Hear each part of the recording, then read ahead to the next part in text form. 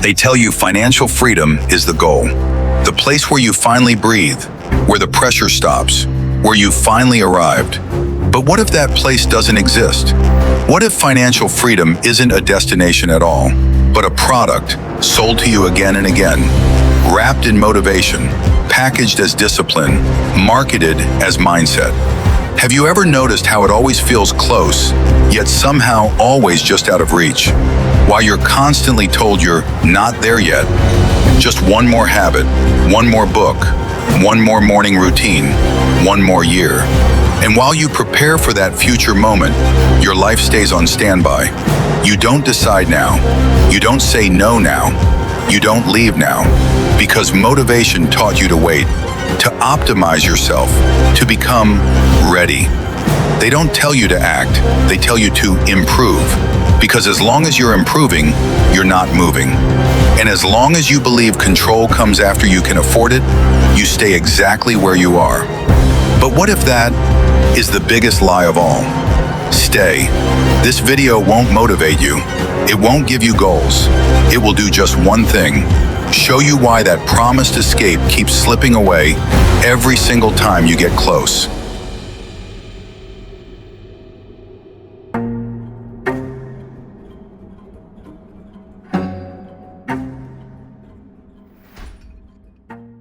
Financial freedom is a beautiful phrase, almost too beautiful to be real. Money, independence. Words that immediately go to work on your brain. They don't trigger thought, they trigger imagery.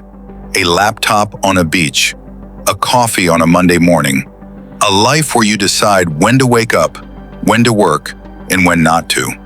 And that's exactly the problem. Because when a concept gives you an image, but no clear definition, it stops being a goal and turns into a desire. And desire is incredibly easy to sell. Just look around on Instagram. Every second profile is talking about financial freedom. Digital nomads, motivational quotes, passive income, escape the rat race. Everyone is free. Everyone is successful. Everyone is already there. Yet somehow no one ever explains where there actually is. Because the moment they do, it becomes obvious there is no clear definition. And when there's no definition, there's no boundary. When there's no boundary, there's no finish line. There's always another book, another course, another mentor, another system. Self-help books are full of it. Financial gurus make a living from it. The entire motivation industry is built on it. They don't sell you what to do today. They sell you who you could become someday. And while you chase that future version of yourself, you never ask the most important questions. What does this actually mean? Where does it end? When am I allowed to say, I'm done? Because if the answer is always, you're not there yet, then you're not moving toward a goal. You're sliding down an endless slope. And the more beautiful the word, the more inspiring the image, the less you notice that what you're being sold is delay. And this is where the story actually gets interesting.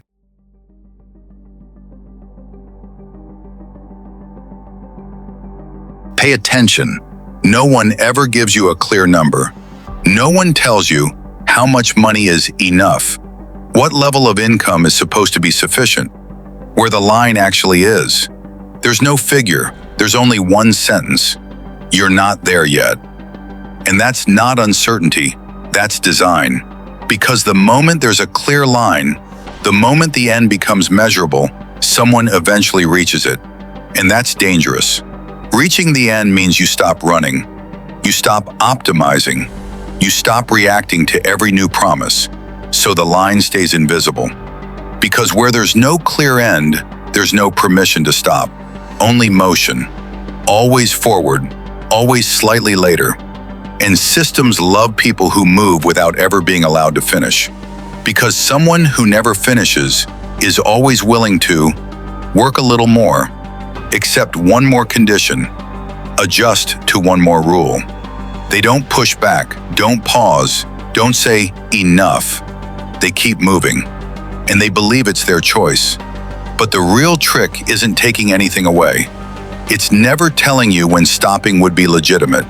Because if you don't know when stopping would make sense, then it's always reasonable to believe you're still short of it. That's how a promise stops being a destination and turns into a permanently receding horizon. That's why no one ever gives you the number. That's why there's no definition. That's why there's no end. Because someone who knows they're allowed to stop can't be managed the same way.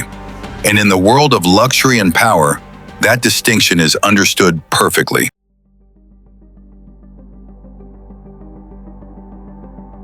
Have you noticed that the promised outcome is always one move further? One more structure, one more asset, one more layer, one more setup. Never now, always after. After the next deal. After the next system is in place. After everything is finally optimized. And that's the tell. Because anything that is always after never actually exists. Real things don't hover in front of you. They don't retreat as you approach. They're either present or they're not. But this promise behaves differently. It moves. Every time you get closer, the definition changes. What used to be enough suddenly isn't. What once looked like arrival is reframed as the first step. And that's not progress, that's goalpost repositioning. Quietly, elegantly, without resistance. Because when the promise keeps moving, you don't stop to question it.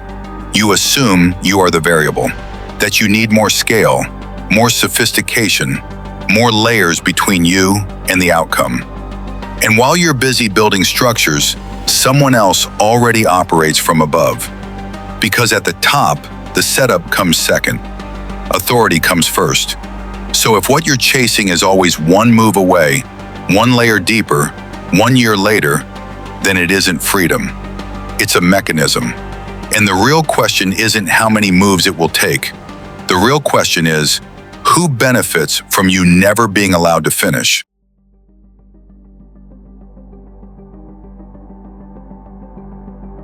This idea is sold as if it were universal. It isn't. It means one thing to someone trying to survive, another thing to someone trying to accumulate, and something entirely different to those who think in terms of power. Yet the same label is used for all three. That's not confusion, that's branding.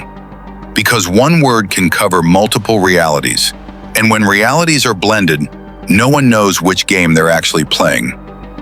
For someone trying to survive, the goal is relief. Bills paid, pressure reduced, room to breathe. For someone trying to accumulate, the goal is leverage, assets instead of income, structures instead of effort, distance from risk. But for those who think in power, the goal isn't financial at all.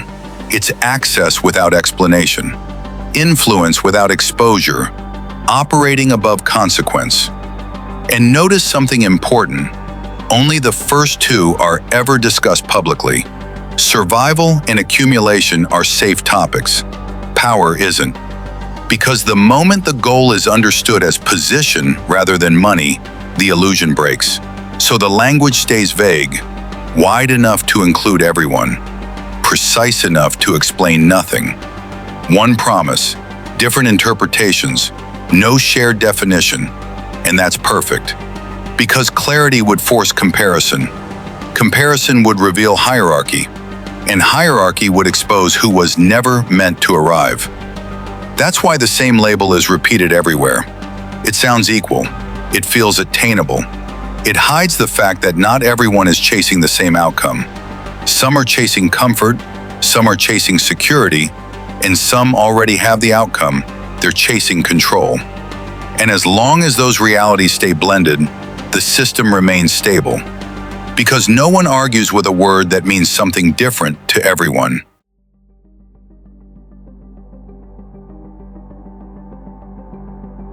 This is where most people lose the game, without realizing they were ever playing. While you're busy, planning, restructuring, preparing, waiting, decisions are being made without you. Not loudly, not publicly, not with announcements, quietly. Access is closing, rules are shifting, doors are being locked, without signs, without warnings, because power doesn't need permission, and it doesn't wait. While you tell yourself you're not ready yet, someone else decides who won't be allowed in later. While you calibrate your next move, thresholds are raised. Requirements change, standards tighten. Not to stop everyone, just to stop most people. And here's the part no one likes to admit. You're not choosing later. Later is choosing for you. Because every delay narrows options.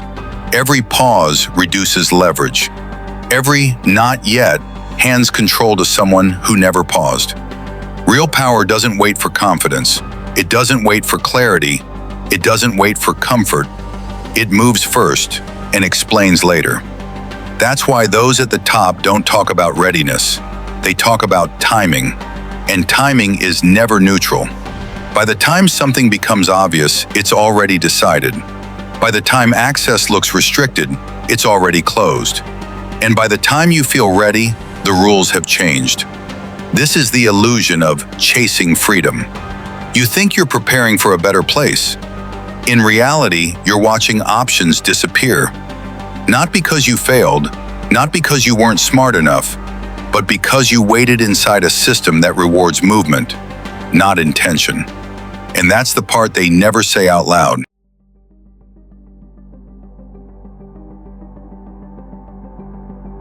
Here's the part that breaks the story. What people are chasing was never something you reach. It's something you occupy, a position within the system. That's why those who actually have it never talk about getting there.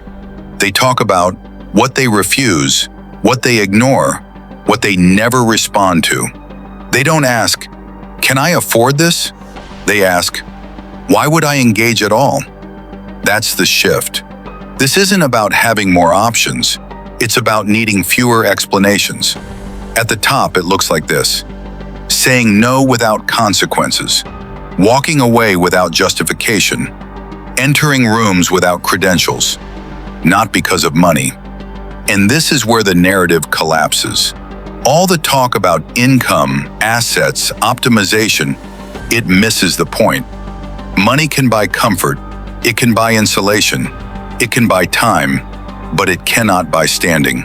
Standing is granted by access, timing, alignment with power. And once you see that, the entire story changes. Suddenly the question isn't, how much do I need? It becomes, where am I allowed to stand? That's why the elite don't chase anything. They occupy it. They don't wait until they're ready. They move while others are still preparing. They don't adjust themselves to earn permission. They act as if permission is irrelevant. And that's the real divide.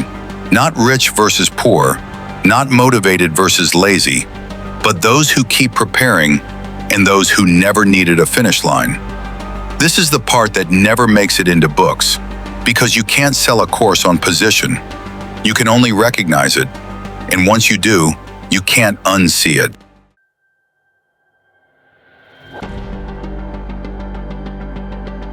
So if you're looking for instructions, you won't get a checklist. But there are moves, not steps. Start here. Stop waiting for the moment when everything is ready. That moment doesn't exist.